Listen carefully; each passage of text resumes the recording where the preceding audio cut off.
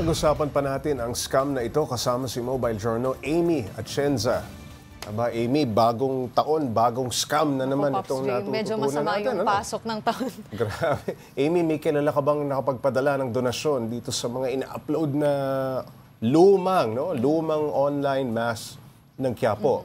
Actually, Pops, yun yung nakita ko to, warning na talaga nung Quiapo Church yung nakita ko online. So, yung particular person wala, pero kasi marami na ring lumalapit sa kanila kanina for concerns nga na baka nga sa iba sila nakapag-send. So, ayun talagang nag-warning na, nagbigay na ng paalala na at panawagan na wag agad-agad mag-send hanggat hindi pa na-verify ng isang viewer or kaya isang mananampalataya ng Jesus Nazareno yung Facebook Live na napanood nila.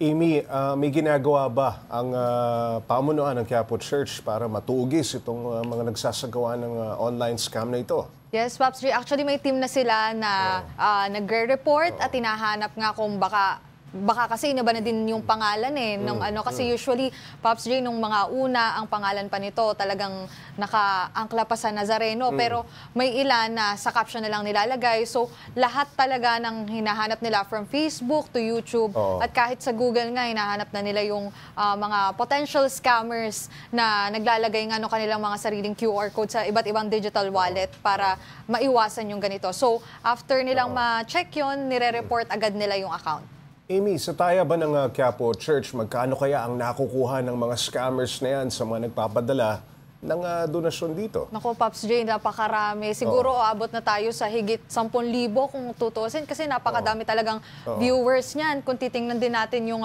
mismong official page ng Quiapo Church, mahigit milyon na din yung followers niya. So, dun sa mga nagdo-donate, talagang delikado kung magdo-donate sila ng higit 1,000 o kaya kahit 1,000 lang, Pops J.